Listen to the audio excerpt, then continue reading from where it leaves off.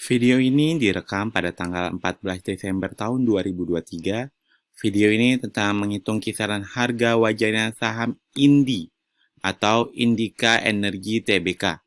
Dihitungnya menggunakan proyeksi dividen Indi tahun 2024 nanti. Per video ini dibuat, Indi berada di harga Rp1.370. Nah, di luar saham Indi, ini kami memiliki bocoran saham-saham Layak Invest. Berstatus Layak Invest karena memenuhi dua kriteria utama, yaitu secara fundamental dia mewah dan secara valuasi dia murah. Link akses bocoran saham Layak Investnya saya taruh di kolom deskripsi.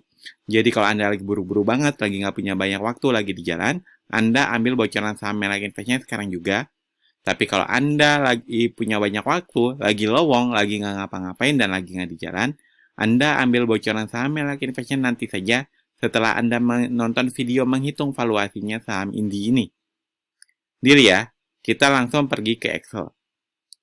Di video sebelumnya, kami sudah menyebutkan kalau secara fundamental Indi ini tidak terlalu bagus karena terjadi penurunan laba yang sangat signifikan, mencapai 72%.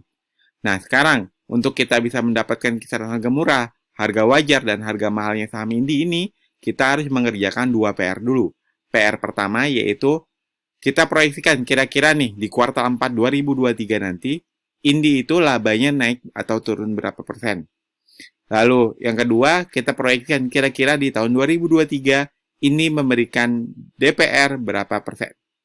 Cuman, mumpung Anda masih menonton video ini sampai detik ini juga, saya minta tolong klik tombol like dan subscribe di video ini, lalu share video ini sebanyak-banyaknya agar banyak yang menonton video ini dan Anda membantu kami membangun channel ini agar lebih baik ke depannya. Jika sudah, saya ucapkan terima kasih. Kita kerjakan PR pertama dulu. Nah, kalau dilihat dari riwayatnya 2 tahun terakhir, ini Indi selalu terjadi kenaikan di kuartal 4-nya. Baik itu naik 1067% ataupun naik 38%. Lalu di kuartal 4 2023 ini naiknya berapa persen?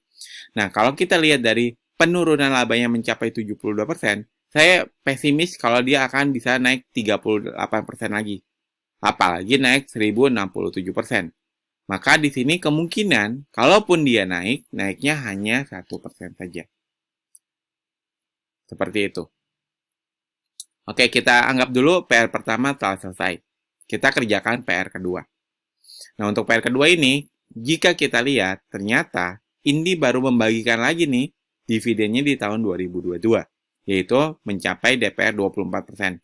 Nah, karena hanya ada riwayat ini, nah untuk tahun 2019 kita tidak anggap. Kenapa? Karena ketika dia mengalami kerugian, dia malah bagi dividen. Nah, kita anggap yang wajar-wajar, yaitu tahun 2022 yang mencapai 24%. Maka di sini kita ambil yang 24%. Maka, jika Indi labanya di kuartal 4 nanti hanya naik 1%, dan DPR-nya dibagikan hanya 24%, maka dividen yieldnya itu 4,9%, dengan SOBD 2,06%. Harga murahnya udah kelewat 51%, harga wajarnya udah kelewat 26%, harga mahalnya sudah kelewat 1%. Min, kayaknya kalau dia naik 1% nggak mungkin deh. Walaupun harga batu bara sedang turun drastis, tapi kan ada sentimen winter, di mana terjadi cukup kenaikan harga batu bara, walaupun tidak terlalu signifikan. Oke, mau naik berapa persen? Seperti sebelumnya, yaitu 38%. Bisa, kita coba dulu ya. Naik 38%. Nah, kalau Indi naik labanya 38%, lalu Indi DPR-nya 24%, maka dividen yield dibagikan 6,8%, dengan SOBD 2,82%, lalu harga murahnya udah kelewat 32%, harga wajarnya masih berpotensi naik 1% lagi, dan harga mahalnya masih berpotensi naik 35% lagi. Lalu, saya bagaimana? Saham nyantai itu bagaimana menanggapinya? Yang mana yang dipilih? Naik 38%, apa naik 1%? Kami lebih cenderung melihat kalau ini kenaikan hanya 1%. Kenapa? Walau terjadi sentimen winter, kami melihatnya harga batu bara tidak terlalu naik signifikan. Dan dengan penurunan Indi yang mencapai 72% ini, bisa jadi kenaikannya hanya 1% saja. Maka kalau dari sini dapat disimpulkan kalau Indi emang sudah kelewat dari harga mahalnya. Nah, buat Anda yang ingin dihitungkan juga saham yang sedang Anda pegang, sedang Anda incar, berapa sih kisaran harga murah, harga wajar, dan harga mahalnya? Silakan tulis kode sahamnya di kolom komentar. Monggo saya berikan waktu 5 detik untuk Anda tulis kode saham yang ingin kami analisa di kolom komentar. Nah, template Excel yang Anda lihat ini disebut dengan SNET, singkatan dari saham nyantai Excel template. Template original dari saham nyantai, yang membantu kami dalam menganalisa fundamental sebuah saham dan menghitung kisaran harga murah, harga wajar, dan harga mahal saham tersebut. Kalau Anda punya SNET, Anda akan mendapatkan dua manfaat. Manfaat pertama, Anda bisa menghitung kisaran harga murah, wajar, dan mahal saham-saham yang sedang Anda pegang, saham-saham yang sedang Anda incar secara mandiri, seperti langkahnya yang Anda lihat di video ini.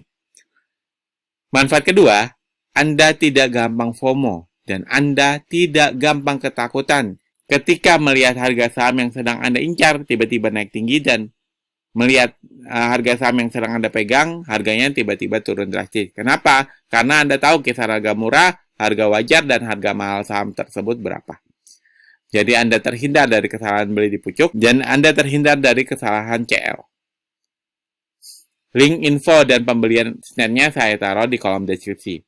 SNET ini adalah penawaran berbayar dari kami. Kami juga punya penawaran gratisan, yaitu kami memiliki bocoran saham-saham like invest, berstatus like invest karena memenuhi dua kriteria utama, yaitu cara fundamental mewah dan cara valuasi murah.